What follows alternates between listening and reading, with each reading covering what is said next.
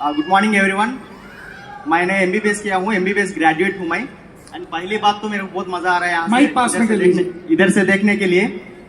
And मेरा उम्र है अभी अबाउट टू नेक्स्ट मंथ 26, मैं 26 का हो जाऊंगा। अगले महीने 26 साल के हो जाएंगे आप।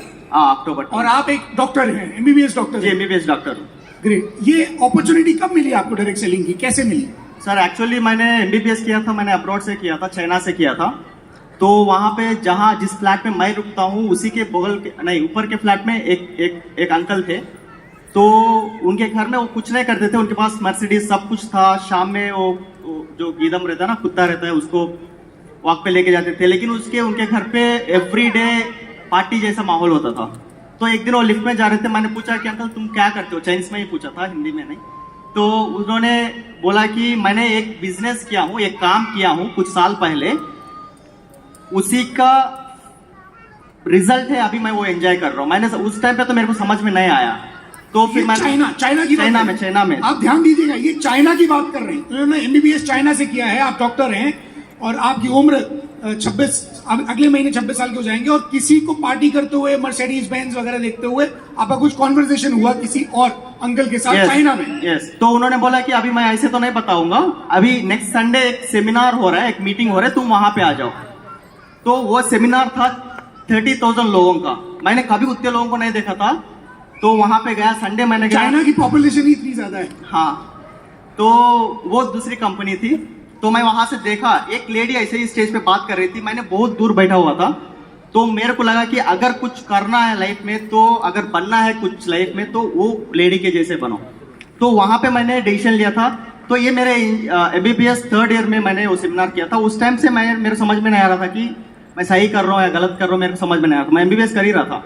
लेकिन मैं सबके, मेरे फ्रेंड्स, सबको अभी भी बोलता हूँ, तब भी बोलता था कि एक दिन मैं फाइनेंशियली फ्री होऊंगा, या मेरा अल्टीमेट ड्रीम है कि मैं अभी मालदीव्स हो गया या बहामास हो गया, पीजी में वहां पे एक जूस शॉप खोलूं। बस ऐसे ही जूस शॉप खोलना है और चिल करना है, ये मेरा अल्टीमेट ड्रीम है। रिलैक्स करना है। तो डॉक्टरी करते करते आप ये सपना देखते थे? क्योंकि ये बात तो सही है कि doctor is always on duty.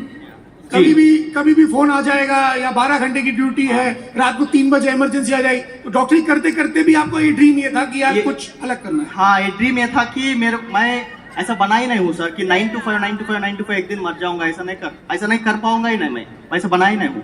तो मुझे करना है कि अगर अभी मेरे को 18 आवर्स या 20 आवर्स काम करना भी है तो मैं कर लूंगा, लेकिन 2 से 3, 4, 5 साल तक करूंगा। उसके बाद मैंने जैसे बताया कि जूस शॉप खोलना है बहामास में या कहीं फीजी में। तो फिर उसके बाद क्या हुआ? वो आपने मीटिंग? तो वहां से फिर मैंने ग्रेजुएट करके आया सर। आया तो मेरे को एक बंदा था शुभम करके, उनके लिए क्लाप्स कीजिए, वो मेरे को ज्वाइन किया है। लेकिन वो अभी बिजनेस में नहीं है। वो मेरे को ज्वाइन करके उमेश सिंह साहब से कनेक्ट करवा दिया है। तो आप इंडिया आके फिर कोई ऐसे ही ढूंढ रहे थे कि यार कुछ मिल जाए? ऐसे ही ढूंढ रहा था सर। मैंने मेरे फादर को भी मैंने वहां से ही बोला था कि मैं आके एक बिजनेस करूंगा। क्या बिजनेस करूंगा मेरे को नहीं मालूम। तो फिर मैं इंडिया आया तो वो ऐसा है सर, गॉड प्लान है कि उमेश सर मेरे को कांटेक्ट किए। एक्चुअली उसने कांटेक्ट किया, फिर उन्होंने उमेश सर का नंबर दिया मेरे को। फिर उन्होंने बोला कि अभी नेक्स्ट मंथ ऐसा एक FRU करके एक मीटिंग हो रहा है दिल्ली में, आपको आना है अगर जिंदगी बदलना है तो। ये कब की बात है? ये 19 की बात, 2019 की बात? हाँ, 19 की शायद। तो मैंने घर में झूठ बोला कि मेरे को एग्जाम लिखना है दिल्ली में। फिर मैंने वो 24 आवर्स 28 आके वापस आके आपका डॉक्टरी पे फोकस नहीं था? तो आपने नौकरी भी नहीं की? नहीं, अभी तक तो मैं जॉब ही नहीं किया हूँ। जॉब किया ही नहीं? जॉब ड्रॉप आउट हुआ, मैंने किया ही नहीं अभी तक। अच्छा, ड्रॉप आउट है? जी, लास्ट ईयर में मैंने ड्रॉप आउट कर लिया। अच्छा, ड्रॉप आउट ही कर दिया जी। 3 साल की मेहनत इसलिए छोड़ दी कि यार सपना अपना कुछ और है और पता था नहीं करना क्या है। कुछ एक सेमिनार देखा नेटवर्क मार्केटिंग डायरेक्ट सेलिंग का चाइना में, मुझे लगता है वो कंपनियां होगी भी नहीं, शायद नहीं वो कंपनी है भी नहीं। मतलब किसका स्पार्क कहाँ आना है पता नहीं। इनको चाइना में जाके आया किसी अंकल को देख के, और क्या करना है आपको पता नहीं, फिर आप दिल्ली आ गए। तो इंडिया में थोड़ा प्लीज प्लीज। సో సార్ వచ్చేసి చైనాలో డాక్టర్ చదువుకున్నారు, అక్కడే డాక్టర్ పూర్తి చేశారు. అయితే ఎక్కడైతే ఉంటుండో ఆ బిల్డింగ్ దగ్గర ఒక అంకుల్ కుక్కలను పట్టుకొని తిప్పుతుంటే ఫుల్ మంచి లైఫ్ ఎంజాయ్ చేస్తున్నాడు. సో ఈయన అడిగిండు అనమాట, అంకుల్ మీరు ఏం చేస్తారని. సో ఏం చేస్తున్నావు నేను తెలవాలంటే వచ్చే ఆదివారం ఒక సెమినార్ ఉంటుంది రండి అని చెప్పి ఇన్వైట్ చేస్తే, ఆ చైనాలో దానికి అక్కడ మీటింగ్కి వెళ్తే 30,000 మందితో మీటింగ్ జరిగింది. ఆ రోజు డిసైడ్ అయ్యిండు నేను గిట్ట ఇదే విధంగా కావాలని చెప్పేసి. ఆ తర్వాత ఆయన వచ్చిన తర్వాత డాక్టర్ MBBS ఆల్రెడీ, కానీ ఇప్పుడు చేయకుండా వీడికి వచ్చినాక ఒక ఉమేష్ సార్ వాళ్ళు అప్లైన్ ఉన్నారు, ఒక వేరే ఫ్రెండ్ ద్వారా కనెక్ట్ చేశారు. ఉమేష్ సార్ ఒకటే అన్నాడు, నువ్వు లైఫ్ చేంజ్ చేయాలంటే ఎఫ్ఆర్యూకి రా అని చెప్తే 2019 ఎఫ్ఆర్యూకి వెళ్ళొచ్చిన తర్వాత ఇంకా ప్యాషనేట్గా బిజినెస్ చేస్తున్నాడు. Thank you. तो फिर फैमिली रियूनियन के बाद फिर क्या हुआ? तो फैमिली रियूनियन मैंने देखा, मैंने पहली बार एंटर हुआ फैमिली रियूनियन, मैंने ऐसा बैठा हुआ था. तो मैंने सोचा कि ऐसा ही मीटिंग होगा. मैंने वहां पे तो उतनी बड़ी मीटिंग देखी, इतना ऐसा होगा कि नहीं पता नहीं था मेरे को. तो फिर एक एक स्पीकर आ रहे थे, वो गुड मॉर्निंग बोले जा रहे थे. दोपहर भी हो रहा है गुड मॉर्निंग बोल रहे, शाम भी हो रहा है गुड मॉर्निंग बोल रहे. वो आके कहते हैं कि मेरे को 5 लाख इनकम है. मैंने बोला कि 5 लाख इनकम है, लेकिन आप शाम में गुड मॉर्निंग बोल रहे हो. फिर उसके बाद गुड मॉर्निंग के पीछे का लॉजिक पता चला तो मैं सुधर गया. मैंने बोला कि अभी सब कुछ अभी नहीं, अभी पूरा फोकस करना है. पहले दिन का एफआरयू मैंने अटेंड किया तो उसके बाद मेरे को नींद नहीं आ रही थी. उस टाइम पे मेरे सारे जूनियर्स, वो मेरे सारे दोस्त लोग वो एमबीबीएस कर रहे थे या किसी ना किसी जॉब पे थे वहां पे हॉस्पिटल में. तो मैं उनके पास रुकता था, मैं रात भर नींद नहीं जाता था, मैं उधर इधर घूमता रहता था. तो कहते हैं कि तुम्हें क्या हुआ है, क्यों उधर इधर घूम रहा है. तो जब हॉस्पिटल चले जाते थे? नहीं, मतलब उनके रूम पे, मैं फ्लैट पे रहता था. तो मैंने बोला कि ऐसा एक मीटिंग देखा हूँ वहां पे, ऐसा है वैसा है, उनको समझ नहीं आती थी. फिर मैंने फैमिली रियूनियन के बाद फिर वापस आया तो घर में मेरे को तब तक पता नहीं था कि मेरे फैमिली में इतने सैडिस्ट लोग हैं. मतलब मैंने ये बिजनेस स्टार्ट करके मैंने घर पे लेके गया तो मेरे फादर को मनाना तो बहुत बड़ी बात है, मेरे मदर को मनाना वो तो इम्पॉसिबल था मेरे लिए. क्योंकि मैंने एमबीबीएस करके अगर साबुन तेल वगैरह लेके मैं जा रहा हूँ तो उस टाइम पे तो मेरे अपलेन रहते थे दिल्ली. मैं कंदुकुर करके एक टाउन है आंध्र प्रदेश में, मैं वहाँ रहता हूँ. तो उनको कैसे समझाऊं, क्या समझाऊं, वो तो चाहेंगे ना सर कि एमबीबीएस करके बच्चा आया तो वो डॉक्टर करे, आई मीन हॉस्पिटल में जाए. राइट. तो कितने यहाँ पर हैं जो यूथ है और अंडर 25 है? अंडर 25 एक बार तेलुगु में बोल दीजिए. ఎవరైతే 25 సంవత్సరాల లోపల ఉన్నారో ఒక్కసారి చేయలేపండి. 25 సంవత్సరాల లోపు ఉన్న వాళ్ళు. Quite a lot of people. ध्यान से सुनिएगा इस बात को. कैसे आपने मनाया अपने थैंक यू अपने फादर मदर को? आपने क्या बोला, कैसे वो माने कि नहीं माने? नहीं सर, अभी भी वो मतलब कुछ नहीं बोलते, वो मेरे लिए बहुत बड़ी बात है.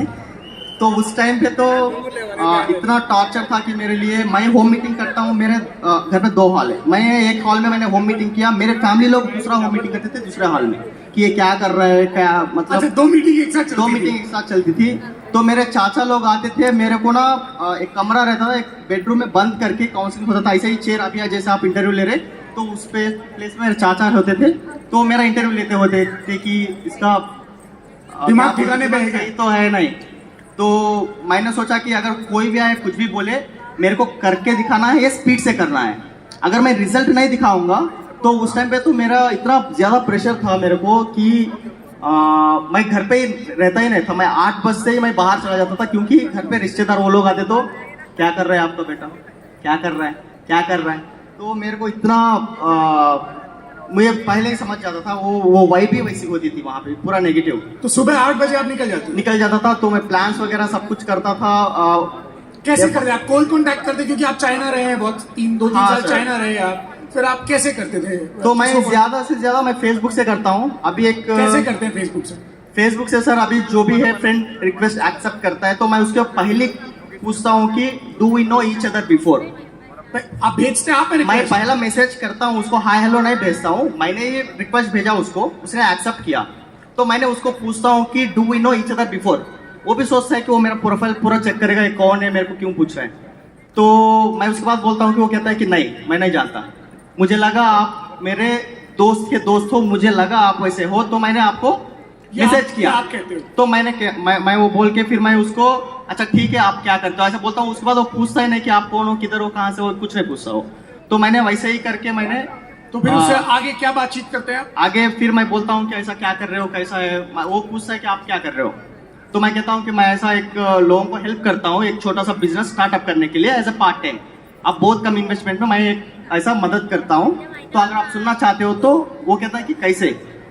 तो मैं फिर बोलता हूँ कि अभी मैं ऐसा पूरा नहीं बताऊंगा, फोन पे भी मेरे को बताने के लिए 10-15 मिनट आधा घंटा लगेगा, तो हम लोग मिल लेंगे. तो मैं क्या करता था सर कि मेरे अराउंड जितने उस टाइम पे मेरा डीएलसीपी रहता था 250 किलोमीटर्स. आपकी जगह से 250 किलोमीटर दूर डीएलसीपी रहता था. जब मैंने 1 साल हुआ कोविड लग गया तो हम लोग ऑलरेडी कस्टमर्स को प्रोडक्ट्स वगैरह दिए थे. तो प्रोडक्ट्स लाने के लिए 2 घंटे 3 घंटे के लिए एक डीएलसीपी ओपन होता था. 1 साल के बाद फिर 50 या 60 किलोमीटर में डीएलसीपी आ गया.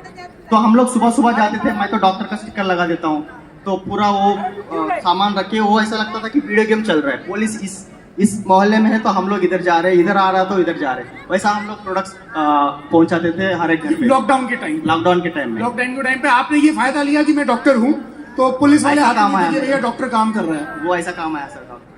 यही काम आया डॉक्टरी, और किसी काम नहीं है, राइट। डॉक्टरी का उपयोग भी डायरेक्ट सेलिंग में कर रहे हैं, वेरी गुड। तो इस तरीके से आप अपने एरिया में ही करते हैं कॉन्टैक्ट फेसबुक पे, या पूरे इंडिया में करते हैं? अभी पूरे इंडिया में कर रहा हूँ। पूरे इंडिया में कर रहे हो? अभी तो जूम, अभी Covid, before Covid after Covid हो गया है, अभी तो दूरी की कोई बात नहीं है, तो पूरा हर जगह कर रहा हूँ। बहरीन में भी मेरे बहरीन में भी खोल दिया आपने? बहरीन में वही है, वही नेटवर्क, वही। तो आप गए भी नहीं बहरीन? मैंने कभी गया ही नहीं, मुझे पहले पता ही ना था कि वो यूएई में, मतलब उसमें आता है वहाँ पे। अच्छा, आपको पता नहीं था है कहाँ? अभी घाना से भी एक है, वो रोज मैसेज करता है मेरे को, लेकिन वो रियल सिटी जहाँ पे, वहाँ से 500-600 किलोमीटर में है।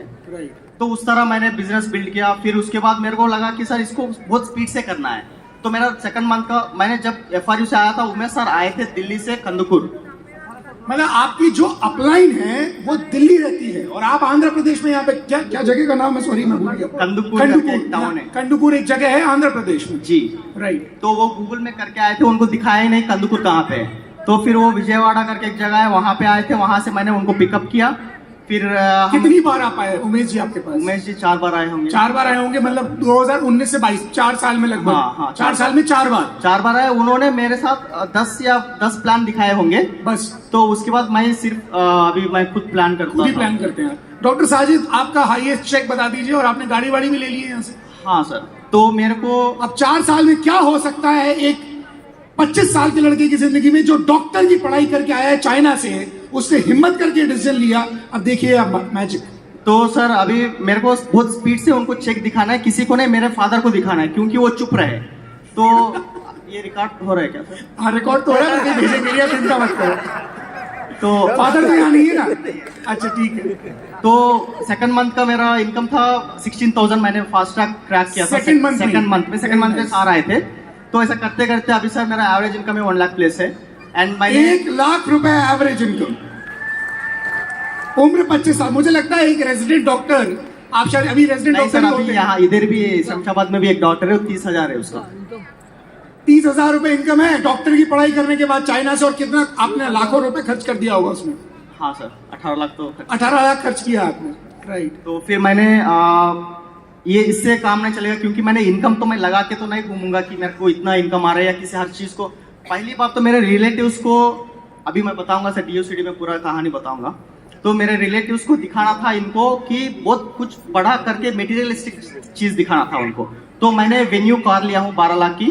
तो उस टाइम पे वो लोग कहते हैं कि मेरे को पता था ये करेगा। तो पहले कहते थे ये क्या करेगा, फिर हमने करके दिखाया, तो फिर अभी ठीक है। वेरी नाइस, जोरदार तालियां डॉक्टर साजिद। तो माइक संजय जी को दे दीजिए, जब तक ट्रांसलेट प्लीज थोड़ा सा बता दीजिए तेलुगु में।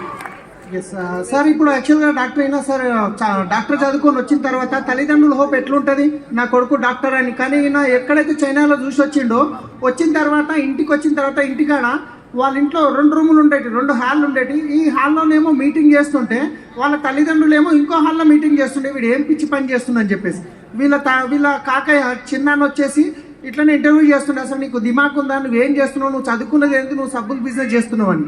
కానీ ఇప్పుడు వాళ్ళకి నేను ఒకటి చేసి చూపించాలి. వీళ్ళు అప్లైన్ ఉండేది ఢిల్లీలో, సార్ ఉండేది కందుకూరులో. ఇంచుమించు 1800 కిలోమీటర్, లగ్భగ్ 1800 కిలోమీటర్, 1800 కిలోమీటర్ దూరం అప్లైన్కి, ఇట్లా డౌన్ లైన్కి 4 సార్లు వచ్చిండు. కానీ ఈరోజు సార్ చెక్ 1,00,000 రూపాయలు ప్లస్ వెన్యూ కార్ తీసుకోవడం జరిగింది. ఆల్రెడీ వాళ్ళ ఫ్రెండ్ ఒక డాక్టర్ శంషాబాద్లోనే ఉన్నాడు, ఆయన income 30,000, sir income 1 lakh. Thank you so much. और संध्या जी, आप हिंदी में कंफर्टेबल? नहीं।